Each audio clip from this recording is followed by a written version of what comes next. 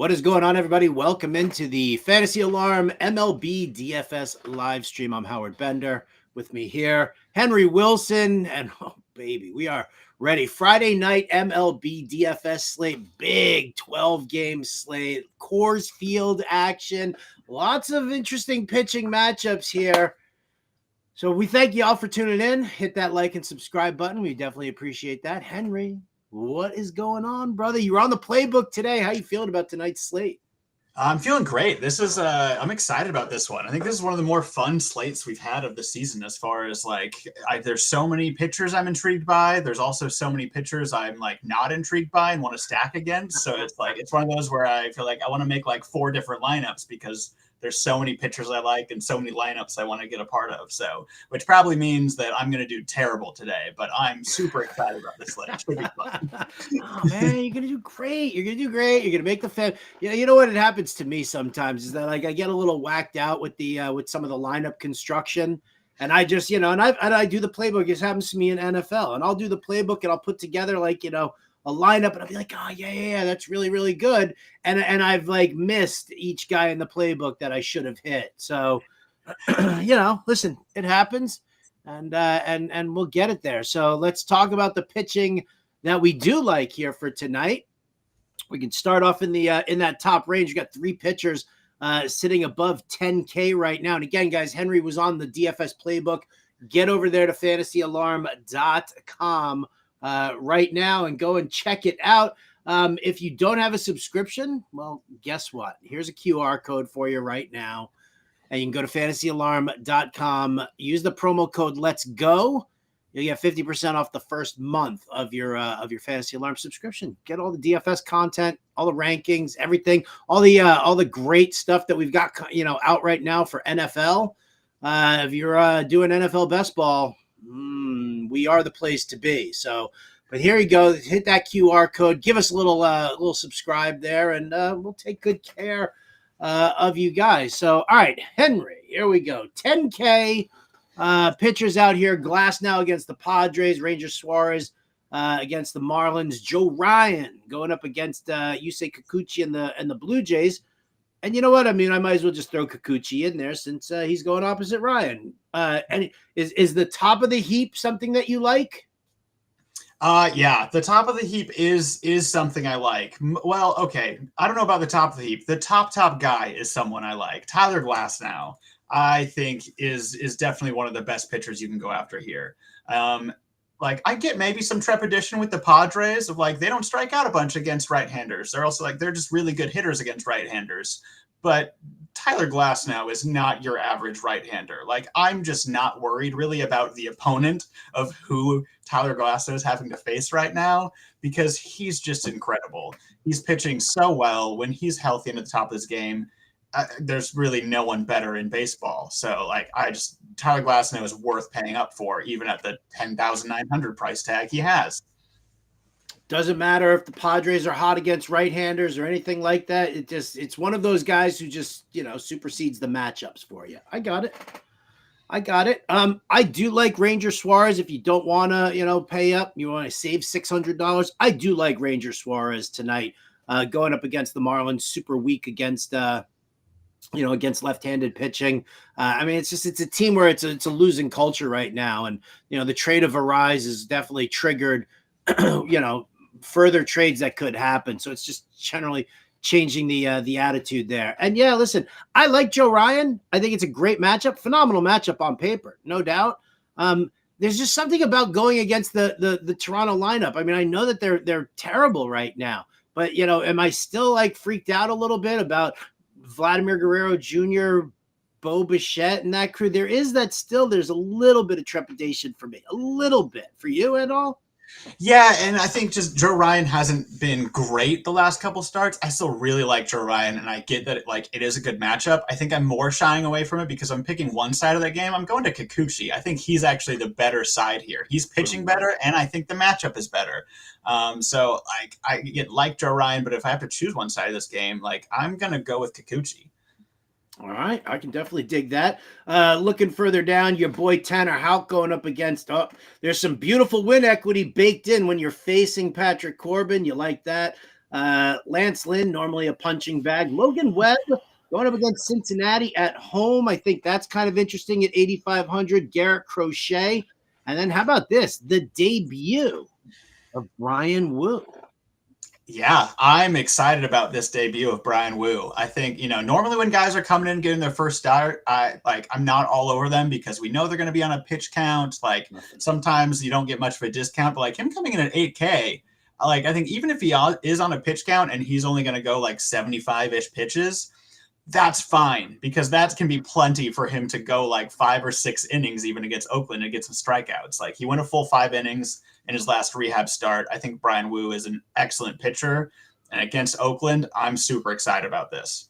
Yeah, John brought him up in the preview show, and then I started diving into him a little bit more, and I put him into my betting article today. I added Brian Wu over 5.5 strikeouts. So I figured I'm with you on that one there. So I dig that. I do like Logan Webb. I think he has had his struggles, and I know he doesn't get the big strikeouts there, but there's just something about Logan Webb. It's this Cincinnati offense that's just it's miserable right now. I mean, they lost Christian Encarnacion Strand. They just it's Ellie De La Cruz, and then it's nobody. So it's a little bit of a struggle there. So I do give Logan Webb a possible look, especially if I'm going to do like a single entry GPP. Yeah, I'm fully with you. Yeah, his last 2 starts have been rough, but that was against Boston in Fenway and against the Phillies in Philly. Like tough places to pitch and good offenses. And like even against Philly, he still had 6 strikeouts. And he still had 4 against Boston too. So like, yeah, I think now getting to go back home. So he's pitching in San Francisco against a much worse offense than what he's been having to face. Like, I think there's a really good chance for him to actually like hit that 6+ strikeouts again and not have to worry about giving up as many runs just because, yeah, Cincinnati's not scary and it's a much better ballpark to pitch in. I'm totally with you with Logan Webb. Now, looking further down the list here, obviously it gets a little bit more trepidatious. I do like what Paul Blackburn has been doing so far this season. I think Paul Blackburn presents a very interesting option here, just going up against Seattle. Like, you can look at the game log here and be like, oh, against Baltimore, oh, against the Yankees. Oh, still 3 runs allowed against St. Louis. What was that? Listen, this matchup against Seattle, I mean, how many times these guys strike out? And if he's going to throw me, 5 strikeouts against the Orioles or the Yankees, I mean, it's Seattle. Like, of course he's going to throw 7 strikeouts against them. Yeah, I don't hate it. I think there's a couple other cheap guys I like a little better, but like I get the Paul Blackburn love a little bit. Dive in. I got to know. Who else? The guy that sticks out to me a lot, like, okay, there's 2 of them. I like John Gray, but the main one here for me is Andrew Abbott. I love this. The only reason I'm not playing Logan Webb, like I love Logan Webb, but is because I'm going to the other side of Andrew Abbott because, again, he's in this good ballpark here, and he's looked pretty awesome over his last couple of starts. He gets 7 strikeouts against Texas, and then against Baltimore, 8 strikeouts, only gives up 2 earned runs. Like, Abbott's a good strikeout pitcher, coming in this cheap, getting to go against a not very good offense in San Francisco in a great pitcher's park. Like, he's so cheap for like the quality that he can bring. I love Andrew Abbott here. I do as well. It was another, I brought him up to John as well. You know what it is? Because the better bats for the Giants are the lefty bats, right? It's Conforto, exactly. It's Lamonte Wade, it's Yastrzemski. Like, I mean, that's just, they're all lefty bats over there. I love the Abbott call. I definitely love the Abbott call for sure. Anyone else down at the in the area that you want to take a look at? I don't think you have any business pitching anyone under Andrew Abbott. They all scare me far too much. I did mention John Gray. I think even in Coors, he provides some intriguing stuff there just because he has really good strikeout potential still, good win potential with the Rangers against Colorado. And like, we already know that he can pitch there. We've seen him, like, he came up with Colorado and we saw him be very successful pitching even in Coors a lot of the time. So like, I'm happy to go to John Gray there, even in Colorado. Yeah, our guy Icy Through looks like he enjoys John Gray. In the preview show, we touched on Robert Gasser. Okay, good numbers in the minors, The Cardinals are terrible, dude. Yeah. They're so bad. And the value that gets opened up by using a 5K pitcher is ridiculous. Like we built the example lineup that we built, we ended up going with who did we use? Oh, we used Blackburn and Gasser and then just loaded up on the bats. I'm not saying that's the be all end all strategy, but Gasser was somebody because, I also feel like there might be a little win equity built in there going up against Lance Lynn because, you got Christian Yelich back. The lefty bats for Milwaukee is where it's at. Gasser, would you do it? Yeah, I would do it. I think it's Man. scary. Like you got to understand here, it comes with some risk. Like because Gasser, like it's not like he's been great in the minors even so far. Like it's a small sample, but like he has a 1.5 WHIP so far this season in AAA. Like that's not good. But you're right. This Cardinals offense has been terrible. I do really like Milwaukee against Lance Lynn today. Like Lance Lynn's probably my biggest fade as far as one of those higher up pitchers that I'm going to attack.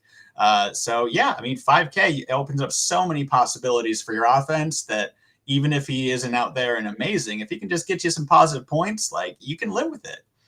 Using Robert Gasser in your lineup, it's like giving yourselves bunk beds so there's so much more room for activities. Exactly. Right? Like there's so much more room for Ronald Acuna Jr. and Marcelo Zuna, right? Wow. If you just use Gasser. But all right. You can afford that Brave stack or that Ranger stack or all those fun offenses that you can get into. Like, yeah, options are open. Let's go to the catcher position here. Again, it's usually a spot that John and I kind of paid down on, especially now that Wilson Contreras is on the IL, which gives us back our good friend Ivan Herrera, who has once again been priced back down, sitting there in at 3,100. That's the guy that John and I were kind of eyeballing there. But talk to me here, Henry. Catchers you like? I mean, sure, you could go Herrera 3,100, but when you can pay just $500 more and get Connor Juan facing Patrick Corbin, like, come on. He's batting 5th today, and he's crushes lefties. He's just been on fire at the plate. And come on, it's Patrick Corbin. Like, stacking against Patrick Corbin, just one of the easiest things you could ever do. So, like, that's, he's my argument against going down to Herrera's. It's not a huge price jump to go plug Connor Juan in. Okay, yeah, that's where John lived. Also, I guess I should have expected it from the Boston contingency here. I'm with you there. For me, I look at if you're paying up, the only guy who I ever think is worthwhile paying up for is Adley Rutschman. He's the only guy who I even remotely want to pay up for. I know you could go with Real Muto. You could go with Sal Perez against Canning. I think they're both in really good spots, but you could go Jonah Heim if you want to get that Coors exposure. How much Coors exposure do you want tonight? Yeah, I mean, I was going to bring up Jonah Heim because I think that I'm okay with some Coors exposure on the Rangers side for sure. And I think Jonah Heim is one of the more intriguing ones with, sure, 4,800 is a lot to pay for a catcher, but he's still cheaper than your Adleys, and he is really good against lefties, and Austin Gomber's not so good. So I think Jonah Heim is something to consider if you do want to pay up at catcher. That's a good way to get some Coors exposure and a good matchup also. Okay. All right. Anybody else you like tempted by or you think is worthwhile? I mean, I think what we're looking at here is like Heim for your Coors exposure, Wong for your happy Patrick Corbin day, and Ivan Herrera if you want to bargain shop a little bit more. Yeah, I think that's pretty much it. I mean, you could also, if you want to go like Gary Sanchez, who, brings the home run potential and you're stacking Brewers against Lance Lynn, I think you could go there also. Okay. But I think those are about the options I'm doing. I don't think I'm going anywhere else. Beautiful. Then we move onwards to first base. And here we go. I mean, listen, I went back and forth with somebody on Twitter the other day who they saw the preview show last night, and then we were talking about their the potential lineup, and he wanted to stack Dodgers against Michael King. And how do you hate on Ohtani Freeman lefty bats against Michael King? I know he's been okay, but it's the Dodgers. Yeah, look, I'm never going to really argue against stacking Dodgers. Like, that's never a stupid move. I do like Michael King, though. Like, not enough that I'm not playing Michael King against Dodgers, but enough that I don't know if they're, like, Dodgers are not my favorite stack today, just because I think there's some other high-powered offense going against pitchers I really don't trust, and I do, like, trust Michael King's talent. Like, so I just think I'd rather pass up Ohtani and Freeman when I can, like, get Bryce Harper going against Trevor Rogers, who has been abysmal. Yeah, and Harper's actually got decent numbers against left-handed pitching too. So it's a lefty on lefty crime thing that I don't dislike. I would definitely do that. All right. Yeah, lefty you don't always want to go, but there's a few guys that are exceptions that, like, it just doesn't matter if it's a lefty or righty. And Bryce Harper's one of those. Like, doesn't matter that it's a lefty. I'm happy to pay that against Trevor Rogers, and the Phillies have just been red hot. Okay. Got Naylor against Crochet. Pete Alonso batting 0.95 over the past 2 weeks. Maybe he wakes up against Charlie Moore. Probably not. I don't know. To me, I go to Christian Walker. Like, here's the funny thing, and I wrote this up in the betting article this morning. I get it. Cole Irvin has not allowed a run in his last 20 innings. Unreal, right? That's a streak that you want a pitcher on. Yeah. But those games were against Kansas City, Cincinnati, and Oakland. All right. None of whom hits lefties well at all. I think Oakland actually has the best team WOBA against lefties this season, and it's at like 303. So I look at the numbers that our good friend Cole Irvin has had. And I tilt more towards the fact that he's got like a 4.60 career ERA. And that's so I turn to, and the Diamondbacks just destroy lefties. They have the best weighted on base average against Southpaws this year. They've been struggling mightily against the righty. So against the lefty, I'm gonna jump on this Arizona team personally. I don't hate it. I think, again, Cole Irvin has been pitching well. And I think the main thing, too, is that Baltimore Park, like, it's a pitcher's park now. With moving that wall back, like, that makes a big difference that you have to think about. But I'm still kind of with you that I don't think Cole Irvin is some, like, great pitcher now, and that this, his results so far are going to hold. So, like, I don't know if I want to, like, do a 5-man stack of Diamondbacks, but, like, Christian Walker, Ketel Marte, like, those guys that I know crush lefties, absolutely, I'm good with taking them against Irvin. You're speaking my language there, baby. You're speaking my language. All right, what other first baseman do you like? I see through you loves Vinny Pasquantino. You got to love that lefty bat against Griffin Canning. He went yard yesterday. It was a nice showing there. John really liked Nathan Lowe because he's got good numbers against left-handed pitching. So there's some Coors exposure there. What do you think about the rest of first base? Yeah, I think there's a couple really good options this middle tier, and I think you nailed two that I love as two of my favorites. Yeah, Nate Lowe. The numbers between lefties and righties are basically not any different for him, and so this price of a decent bat, he's batting third every day in this Rangers lineup in Coors, is awesome. And same with Vinny P here. He continues to be great. Griffin Canning has been awful. Like, Royals and Rangers are two stacks I really like today. So getting these guys who are in the heart of them for not crazy expensive is super awesome. The other guy I really like down here is just a tiny bit cheaper, Rhys Hoskins, too. He also has been real good lately. He crushed a homer yesterday. 2 straight games with homers, actually. Yep. And so, against Lance Lynn, like I said, I'm happy stacking Brewers against Lance Lynn. They've got Yelich back now, too. Like, that offense has some power to it. Willie Adames, crushes righties as well. Like, I really like him here, and Rhys Hoskins has been great. Beautiful. I can dig it. Anything in the value tier? I'm always very reluctant to pay this far down when it comes to first base, but I don't know. Maybe there's a name that intrigues you. I mean, how about Gavin Sheets? I know we don't want to talk about White Sox a whole ton. They've been terrible, but like going against Carlos Carrasco, I think that the heart of this lineup, if like Gavin Sheets, Tommy Pham, Eloy Jimenez are intriguing. I don't want to have anyone else on that White Sox team in my lineup, but like those three guys in a pretty decent matchup against Carlos Carrasco, like they could do some damage, and they're super cheap.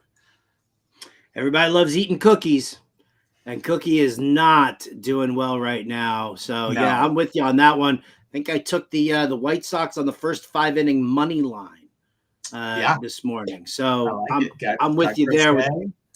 I'm with you there. All right, so that's the pay down there at first base that you like. I can dig that. Let's go to the Keystone, my friend. Obviously sitting at the top, Marcus Semien in Colorado against the lefty, Ozzy Albies against the lefty, Ketel Marte against Cole Irvin, and you know what? Andres Jimenez against Garrett Crochet. I think that definitely works as well. So any of the top guys for me, I'm fine with whatever your build and your budget is, but do you have a fave? I mean, yeah, like my favorite is all four of them. Can we go with that? Like these are all guys that like anytime any of these guys are facing a lefty, I'm like, oh, plug them in. Happens to be all four of them are facing lefties today. Like you can't go wrong with Semien, Albies, Marte, Jimenez. If I have to pick one, I am going Ketel Marte. Like he's the cheaper of those big three, you know, at the top. And Ketel Marte crushes lefties to like another level. Like all of these guys crush lefties, but Ketel Marte has been like absurd against lefties. So yeah, I like him here. So sticking with your Diamondbacks love a little bit. And yeah, he's just been awesome.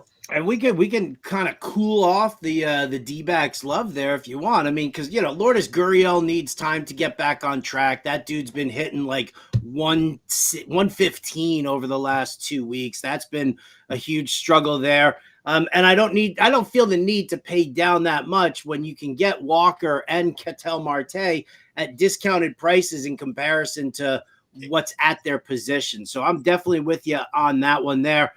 For those who, I don't know, maybe just don't want to pay that kind of money, what do you like in the middle tier here? Anything in particular tickle your fancy? Yeah, I mean, there's some intriguing stuff here. I think, you know, Bryce Terang against Lance Lynn, I think he's getting a little expensive. Like 4,700 seems like a lot, but has been still producing, and so don't hate Bryce Terang here. I think in the middle, I also am a fan of Michael Massey. We've been kind of plugging him in a lot. And like I said, like the Royals lineup. Is that you're doing or is that John's doing? It's been a little bit of both. He is also a big proponent of Michael Massey, but I'm right there with him. He just keeps producing, and it's a great matchup. It is a spectacular matchup. Though 0 for 7 in his last couple of at-bats, ever since, you know, John got me a little on the hooked side there.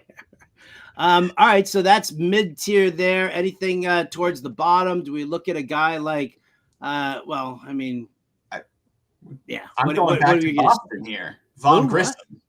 Vaughn Grissom. Vaughn Grissom's 2,800. Look at where he is. 6th against Patrick Corbin. Like, come on. I know he hasn't done anything yet, 118, but it's been like 4 games, and like we know this kid can hit. Like he's going to hit. And so if he's gonna turn it on, it'll be against Patrick Corbin. And so yeah, like this just seems crazy cheap for someone who we know is going to be a good hitter. John hanging out in the comments section with the Vaughn Grissom comment there as well. Yeah, I know, dude. We talked about it, right? Where you can go, you know, because this is where we're going. This is like yesterday we were going with, you know, with the Christian Walker and the Ketel Marte. I think we used Vaughn Grissom alongside Connor Wong and got like a little Red Sox, you know, mini stack in there. And then I think because we just went so dirt cheap on the pitching, we were able to like slide in some Coors exposure. We were able to get Ozuna and Acuna there. We might not be able to, but having Vaughn Grissom as the you know, like a really nice salary saver, I almost want to just place him in there for the time being, because maybe we just dive in. But let's go to third base. We'll put a pause on it because like the top 4 second basemen are ridiculously insane. And if you fade any of them, oh yeah, well, we can't put him in there. You gotta get a Ketel Marte in there. I don't know. There's so many different ways to go, Henry. So many different ways. That's what I'm saying. Third base. What do we like? Start at the top. You can't go Austin Riley, Alec Bohm, Jose Ramirez. I can't argue against any of those. So, whatever. Your favorite there, or let's look at the mid tier. It's hard to go wrong. Yeah, you want to go with Austin Riley and stack against Quintana. If you're stacking some Phillies against Trevor Rogers, you got to take Alec Bohm. Like, they're great options. But I also still love the Red Sox option here, Rafael Devers. Like, Devers coming in under 5K. Like, again, lefty. But Devers is another one of those guys that I'm not shying away from the lefty matchup, especially when it's Patrick Corbin. And, like, he's batting fourth. So, like, just thinking about the cost of a stack, if you want to take the guys we've talked about that are batting 4, 5, 6 in Devers, Connor Juan, Vaughn Grisham, like the cost of those other two means even this 4,900, like that 3-man stack in the heart of this lineup costs you not a whole lot combined. Rafael Devers this season batting 290 against left-handed pitching, no power, but yeah, I mean his numbers versus lefties are okay. For his career, 271 hitter against lefties. He's definitely, slaps the righties a little bit more. So, sure. So I'm just saying that if I'm right, I get it. It's Patrick Corbin. Of course it is. But still, I listen, I'll give you your Red Sox right-handed bats, but to like pay up for Devers at 4,900, I'm not so sure that, that's really kind of where I want to live. Okay, well, like if you're not taking Devers, who do you like in the middle here? It's kind of funny is that I don't really like anybody here in the middle. That's the thing. You could go with Westberg against Brandon Pfaadt. I don't think Pfaadt is all that great.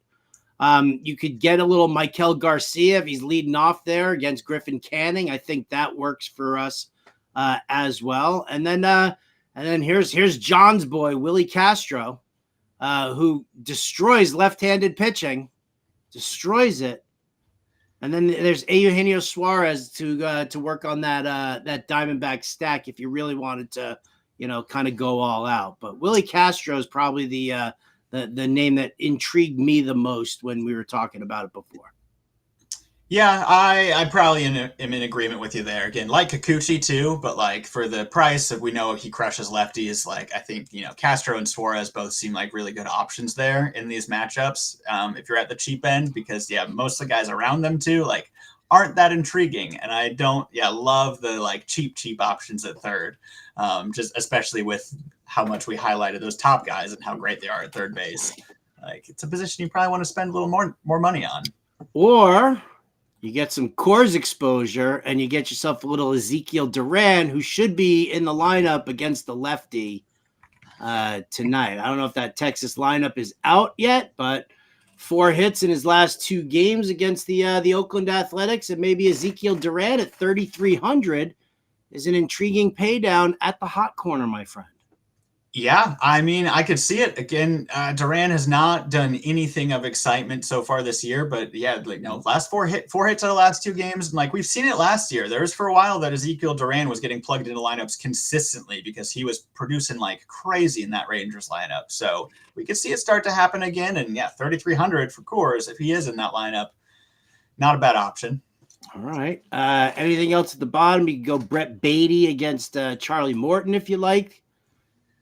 I mean, I'd rather just pay the more and take Duran or one of those other guys, I think. Right.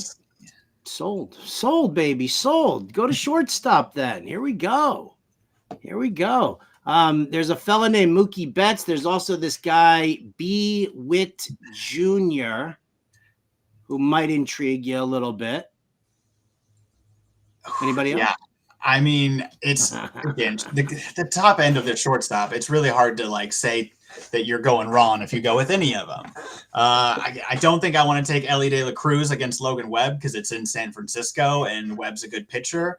And CJ Abrams has also been awesome, but like Tanner Houck's been good too. So, but those top 2 guys, Bobby Witt Jr. and Mookie Betts. Again, I don't know if I'm stacking Dodgers today, but I am definitely going to think about stacking some Royals. And Bobby Witt Jr. is far and away their best hitter.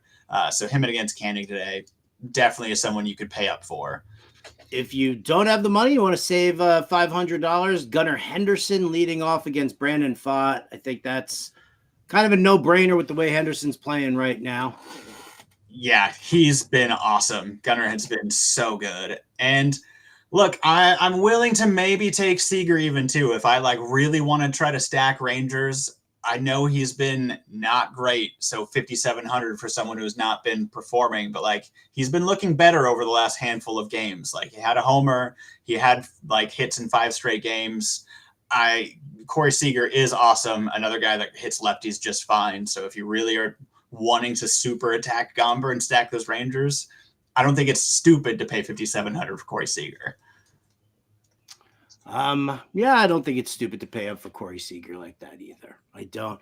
Looking at a question here. Anyone know the ownership on Boston today? I have not. It was updated this morning. Or actually this afternoon, 1 p.m. Eastern time here. Looks like as far as ownership goes, a little more than 10% over on Tanner Houck. And then you're looking at somewhere between 6 and 10% on Devers, Duran, O'Neill. That's a possibility. Vaughn Grissom at 12.2% projected right there. That would be, definitely explain it. You got all of that ownership number and updates, and we'll have another update shortly. But once we get all of that, you go over to fantasyalarm.com. In our MLB DFS tools section there, you'll see projected ownership, and that'll be able to help you guys out with all of that. Appreciate the comments there, and appreciate you watching, Ryan. Please hit that like button, my friend. It would be most generous of you. Mid tier here in the shortstop range. Henry, what do you anything you like in particular? Yeah, Willy Adames. I'm going back to Adames. Brewers here. Again, I'm gonna attack Lance Lynn, and Willy Adames is one of those guys that hits righties actually better than hits lefties. He crushes righties, and so I really like this price for Willy Adames, who's been having a great season. Who crushes righties at home like that? I can probably pull up the exact numbers of it. Just so I can read it off to everybody. But when you're looking at Willy Adames, it's really kind of funny. He loves the batter's eye in Milwaukee, and he's talked about it before. When he moved from Tampa Bay to Milwaukee, the batter's eye was something that he immediately shouted out. And here you go. Home versus right-handed pitching. He's hit 4 home runs. He's batting .293. On the season, right? And his home batting average is .265 as is. So he's hitting significantly higher against righties. If you're looking at, here we go, home versus righties, only a 17.6% strikeout rate, near 20% walk rate, a 434, is that 481? See, my eyesight, it's not so good sometimes, but it looks like a 431 OBP against righties at home, a 1.041 OPS, and a 317 isolated power mark. Yeah, he sees the ball well. Adames at home against Lance Lynn. You probably want to set your clock to it. Yeah, it's funny. I don't know why that affects him. Seems like so much more than most other batters that don't really see that. But yeah, when he was playing for Tampa Bay, it was crazy. His home road splits there too. He sucked in Tropicana so bad, but he'd go on the road and he was a good hitter. So yeah, as soon as he got out of there into Milwaukee, it was no, that's legit. The dude can hit when he can see the ball, and he can see the ball there. Looking further down here below Adames, Carlos Correa maybe against the lefty, but you actually like Kikuchi, so probably not there. Orlando Arcia, who hits lefties extremely well, going up against Jose Quintana. Ceddanne Rafaela, I know you want to get your Red Sox in there. And he's a right-handed bat as well. So where are you going mid-tier, pay down, anything? Yeah, I mean, look, I love the Red Sox. I don't know if I'm happy stacking Red Sox against Patrick Corbin. I don't know if I want Ceddanne Rafaela as part of it. I just don't know if the upside's there with him. He just hasn't shown it at the plate a whole ton when I can pay the little bit extra and go Orlando Arcia against Quintana, who crushes lefties and is also going to be in a great offense against a not great pitcher in Quintana. Yeah. So probably going Orlando Arcia if I'm paying down around that area.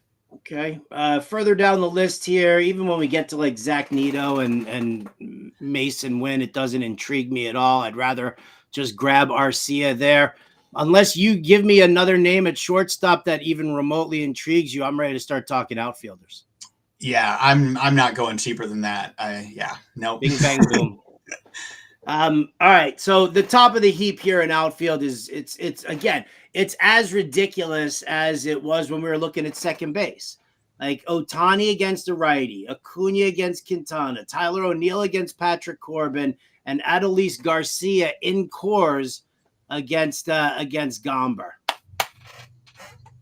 Yeah, I don't know what you want me to say about that. Like, I don't have nothing negative to say about any of those. Like, it kind of just depends on who you can fit and like who you're stacking with them. Because absolutely, if you're going with the Red Sox bats, like take Tyler O'Neill. If you have some Braves bats in there, if you can afford Acuna and Azuña and put them both in.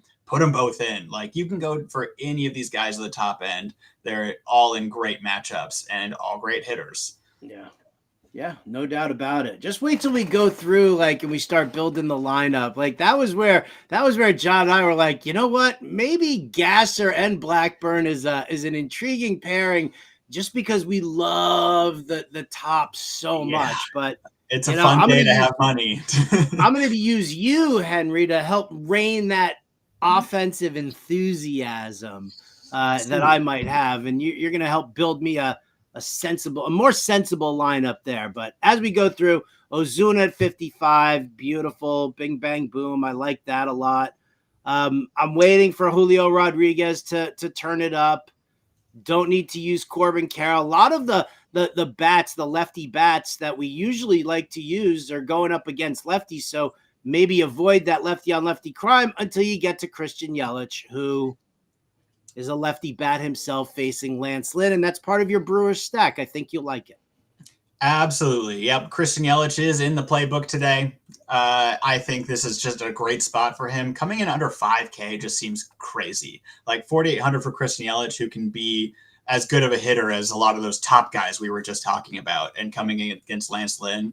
Obviously, he's only been back for 2 days coming off the injury, but he had 3 hits yesterday, including a triple. And like every time he was up to bat, like he was hitting the ball hard. Like he looks like he's good to go. And he, was awesome to start the season before he went on the IL too. So I just think that his awesomeness is going to continue. And especially with liking the Brewers, even if I'm not stacking other Brewers, I want Christian Yelich in my lineup most likely. He's batting third. Fourth is Willy Adames. So I don't know why you wouldn't. I'm just saying. I know. All right, so let's we can go even further down here the list and see if there are any low budget names that we might be intrigued by. I had cited Ryan O'Hearn going up against Brandon Pfaadt as the lefty bat. I think that's kind of worth a look there, especially batting third in the lineup here for the Orioles at 4,300. It's an intriguing pay down. Brenton Doyle went yard the other day in Coors, so maybe you want to get a little of him. I don't know. Where else do you like? How about Nick Castellanos there at 4,100? He's been hitting pretty well lately, and I think he's batting 5th here in the Phillies lineup. He's been kind of putting it on the plate recently, and we know he hits lefties well. And already talked about how abysmal Trevor Rogers has been recently. He's been super bad, and this Phillies lineup has been awesome. So I like this power bat for only 4,100. Yeah, look at that. Hits in 5 straight games, doubles in 3 straight games. Nick Castellanos. Although, don't we need something tragic to be going on in the world for Castellanos to hit that home run? Yeah, true. I don't know if anyone died today, so maybe we shouldn't go Castellanos. Let me Google that right now. Who died today? Let's see if that actually gets us enough there. No, I don't really think there's. No major deaths, so maybe avoid Castellanos. Yeah. What a shame. What a shame nobody died and could have helped our DFS lineups. That's too bad. But maybe, the broadcast, someone's going to say something inappropriate and he can capitalize off of it. So you never know. It could still happen. Can't put it past a baseball broadcaster to say something racist, can we? Exactly. It could easily happen. All right. You want to go further down here, see if we can find some further bargains? We did talk about Eloy going up against Cookie Carrasco. That's definitely something that we could be intrigued by. I like both Eloy and Tommy Pham. I think those are both good hitters against Carrasco in the top of the lineup. Again, not expecting a whole lot from the rest of the White Sox, but Pham's 3,800. Yeah, there he is. But I think these guys are good hitters. So despite how terrible the White Sox overall as a team are, they are solid hitters. So I think they provide good value today. Sal Frelick, the lefty bat against Lance Lynn. That's not bad there. I think John had said something. We talked about MJ Melendez. You like the Royals, and you got Melendez down here as a lefty bat going up against Griffin Canning for 3,600. And, let's talk about another Red Sox player, Rob Refsnyder. He's back in the lineup. He's batting second. The only thing he does good on this planet is hit left-handers. That's the only reason he is in the major leagues, and he's batting second, facing Patrick Corbin. You're really stressing me out here, Henry. You're really stressing me out. Damn. What's this Red Sox lineup look like tonight? Let me where is it? Let me have a gander at this lineup here. Duran, Refsnyder, O'Neill, Devers, Wong, Grissom, Cooper. Is that Romy Gonzalez at short? Ugh. Yeah, don't put him in. No, I'm not. I'm just asking the question. I mean, listen, Wong and Grissom for sure. There you go. Refsnyder is a possible pay down if we want to get a third bat in there. All right. Yeah. Keep rolling, baby. Joe Adele, he's on a little power trip lately. How about him? Yeah, totally. I think, Angels are, a little sad without Trout, but again, Alec Marsh is not a scary pitcher, and Joe Adele has been crushing the ball. Indeed, he has. Anything further down here the list? If you want to go all the way down, I don't know. Anybody you like? It's okay to say no, Henry. It's okay to say no. I wanted to find someone I could say, but no, I don't really think so. Let's see. If I'm looking down under the 3K threshold here, Willie Calhoun, a lefty bat going up against Alec Marsh. Sure. Yeah, I could see Willie Calhoun. We know that he can hit. I feel like I'm missing a super cheap bargain that John and I saw. But all these shows blend together. I mean, here you go. Jake if you're Cave going in against Gray if you want a little Coors exposure at 2,300. Sure. Yeah. All right. Well, then I'll tell you what. Let's build the lineup and we'll see what we need to do here. Henry, where do you want to go for pitching tonight? All right. Well, I think the one guy I want to plug in is Andrew Abbott. I think I think we want to live some cheap to obviously have some money on the offense, and I think his value is crazy. Okay. I'm fine with that. Do we want to pay up for another pitcher? How about we go middle ground? We don't go all the way cheap and go like Blackburn or Gray, but we don't go all the way to like Glasnow, and we go with Brian Wu, who's making his debut today. Oh, going for Brian Wu. All right. It still leaves us a lot of money to work with. He's going to hit that prop, so it's at least 6 strikeouts is what I'm banking on here today, and I think he goes enough innings to get the win as well. I'm hoping so, and I think so. All right. Well, there you go. Abbott and Wu in there. That leaves us about 4,400 per player. Where do we want to start? Who are we talking about at catcher? Connor Wong's my favorite here. Connor Wong, I think he's a clear answer. 36. And who was now the question is all right, I see. I'm just getting ahead of myself right now. I always get ahead of myself here. First base. We're paying up. We staggering. You want to go with Christian Walker? Who do you like? Here's the question. Are we taking Ketel Marte? Because if we're taking, like, do we want to go Walker and Marte? We could do that. We could do that. Or... yeah, I'm hearing. I'm listening. Or you save money and you go down to, like, Nathaniel Lowe, who we also talked about liking in Coors, and get some Coors exposure. All righty. There you go. Or Vinny P against Canning. There's just so many good options here. But now you got to just make a decision. I mean, shit, or get off the pot, dude. Do you want Vinny P or do you want Nate Lowe? They're both the same price. Get some Coors exposure. Put Nate Lowe in there. Coors exposure. There it is. Nate Lowe. Second base. Pay up for Marte or pay down for Vaughn Grissom? Listen, I think you pay down for Vaughn Grissom. I love Marte. I'm happy to go there too, but like now seeing that like you get Grissom and Juan batting next to each other too. So even if those are your only two Boston bats you're doing, like I gotta get a new little keyboard, two-man stack there. I gotta get a new keyboard. It's a mess over here. All right, Connor Wong, Vaughn Grissom. There you go. There you go. And just knowing that we want to pay up at, third base and outfield too, for sure. All right. Well, do you want to pay up at third base here? And if so, who? Oof, yeah. Probably do want to pay up. And I think I'm happy to go Bohm or Riley. I think, are we thinking about potentially Arcia at shortstop to pair with like Austin there Riley? you go. I don't hate that. Hate that. Let's go Riley, and then at shortstop instead of using all these big guns up top. But then we get a lot of money for the outfield. Do we though?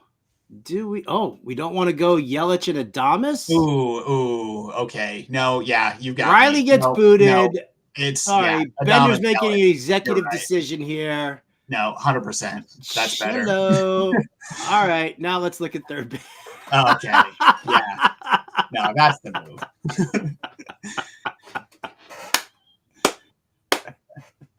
Love it.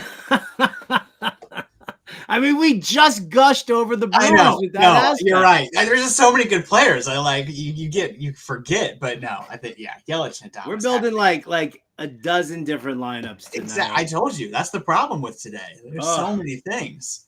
Time to use that lineup generator at fantasyalarm.com and then max enter here because this looks ridiculous. All right, third base. We got to make a decision. I mean, where do we want to go? We've got $5,000 per player here. Yeah, so we could still spend up and take, we could still go Riley, or you could go Alec Bohm, or if you want to, we could really stack two big guys in the outfield and go Willie Castro. If we do Willie Castro, who can we afford in the outfield? It could be real fun. All right. Well, unfortunately, you're not going to get, so it's $5,600 per player. Yeah. So we're not going to get a stack that I think that we are salivating. We could get like Schwarber and Castellanos. Or what we could do is we could just I don't know. I mean, if you put in Acuna, who are our options with Acuna? Well, it's funny you should say that. Who are our options if we want to go with a 64? So we have a $4,800 bank left, and this puts us into a kind of an intriguingly kind of spot. This is the area we didn't love. That is a tough thing there. So maybe you do go like the Schwarber, Castellanos type of thing. Or, well, I mean, because we still have money to play with there, though, too. We have a lot of money to play with here. What if we were to, what is that? Well, if we go Arcia, then that pairs with Nate Lowe. It gives us some extra exposure here to Coors Field, and it still leaves us with $5,200 per player, which, we don't. I don't love this section of the I don't love this area either, Henry. I know, I either want to spend less or more. This is a really, really strange spot we put ourselves in here. Yeah. I mean, John and I did the exact same thing to ourselves the other day too. We did. Yeah. We just kept going back to that area. We're like, damn, we just don't like that area. Yeah, don't like it. Like, I'd rather, like, can we go down to maybe let's plug in a cheaper outfielder. Okay. And then figure out what we can do. Maybe like, who are the guys we liked down here? So maybe do plug in like Castellanos. Okay. And then see, we've got a ton of money, so maybe we can go big and upgrade elsewhere that we haven't yet. Okay. Like, maybe we really can go higher than Woo on pitching if we want to even. So do we want to do, well, here, how about this? How about, here we go. What if I go Alec Bohm there? Oh, because then Bohm and Castellanos, they'll probably be Bohm next to each other Castellanos too. at least And now you can still throw in Ozuna. There you go. I like it. Yep. Well, it took us forever to get there, but damn, once we arrived, I love this offense now. I do too. Yeah, there's a lot of really good bats in there. Yep. This is fun. Damn. Well, all right. Oh, look at that. King of Smack wants to know about he wants O'Neill with the other Red Sox. You could definitely do that. You could definitely go with O'Neill and stack him with Grissom and Wong. I have no problem with that at all. Cardinals bats here, Nootbaar and Donovan. I'm kind of lukewarm on the Card. I mean, the Cardinals just look so bad right now. Yeah, they do. And like, I get it is against Gasser, so if you're not like plugging that cheap option, like maybe he's not going to be great and you could plug Cardinals, but I know they have been just so bad. Like Nootbaar, I think did hit a homer yesterday and he has been solid, but the Cardinals are at a point that I just want to not touch them altogether right now until they figure things out. Yeah, I'm with you, man. I'm with you. Listen, I love this lineup. I mean, at least I love the offense unbelievably. You guys could probably, and just before we just disappear from it, I'm just curious as to the price range that we have for our pitching here, kind of in the middle with Woo and with Abbott. Well, Abbott was a nice pay down. Abbott's pretty cheap. So yeah, I guess it kind of sits here. You know what? I don't hate Charlie Morton against the Mets. Mets are a super mediocre team. No, but again, if you want to go like even Tyler Glass now, you can get rid of like Ozuna and take a really cheap outfielder to be able to afford a top pitcher if you want to do something similar, but make a small change there. What if, here you go, $2,600 for That's your real bar. cheap. Well, it's super cheap, but let's just let's take a look because I think that we saw a name down here that we would that we got intrigued by. I thought we did. Let me just kind of said Dylan Carlson against the lefty. Dylan Carlson, does he even have a hit yet this year? Dylan Carlson. Jake Cave against John Gray in Coors. More Coors exposure going the other way. Yep, you could throw Jake Cave in there, and I mean, listen, you get Tyler Glass now, then, who could score a ton of points. So even if Jake Cave doesn't do anything, it might balance out. I like what we were doing here, and I like it too. And I'm going to stick with it and give me my Marcelo Ozuna there against Quintana. And here you have it, folks. There you go. Andrew Abbott, Brian Woo, Connor Wong, Nate Lowe, Vaughn Grissom, Alec Bohm, Willie Adames, stack him with Christian Yelich there, Nick Castellanos for your double tap in the Phillies, and a one-off there on Marcel Ozuna. That's the way we're seeing it right now. So again, Henry was on the playbook today. So go check all that out. I was on the best bets today, so you can go check out which bets I like, and maybe that'll tilt you in a particular way. For example, I do like Brian Woo over 5.5 strikeouts today. Yeah. Give it to me. And there we go. Henry, some final thoughts here before we scooch on out. I'm just excited, man. Obviously there's a lot of different ways you can go with this. We went a lot of different ways, so going to be a fun one. And might have to be a multiple lineup day because there's a lot of different directions you can go, but should be exciting. Should definitely be exciting. Want to thank everybody here for tuning in. Thank you for hitting the like button, share the word with your friends.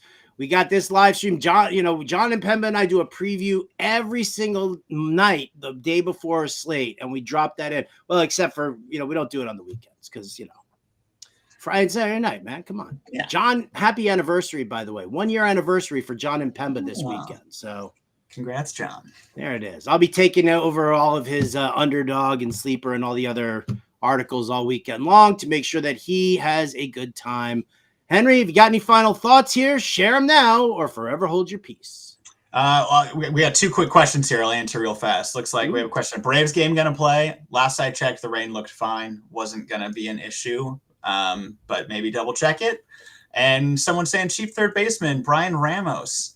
Look, the White Sox are terrible, but I talked about Cam, Eloy. Sure, Ramos has a couple hits last couple games. If you really need to save money, it's like, yeah, maybe he has 2 hits in each of the last 2 games. So you could go for it. I don't think it's crazy. But he is, yeah. I mean, he's not a power guy. He's not a power guy at all. So, I mean, no. I'll take that. I don't know if I want that in there. Here you go. According to our good friend Kevin Roth, the master of all things DFS weather, decent chance of late start here with the Mets against the Braves, but he does expect the game to play. Cool temperatures, winds blowing in from right center at 10 miles per hour. There is some possible rain right around the Baltimore-Arizona game as well, but he's got that listed as yellow more towards the green. So, delaying that Braves-Mets game, but they should get that game underway. So, risky, yes, but... Sure, but looks like they should play. It looks like they should. Ryan Schnabel saying it is Woo and Abbott season. Yeah. And yes, it is. So that's going to do it for us here. Again, big thank you to everybody for tuning in. For Henry Wilson, I'm Howard Bender. Guess what? We'll catch you next time.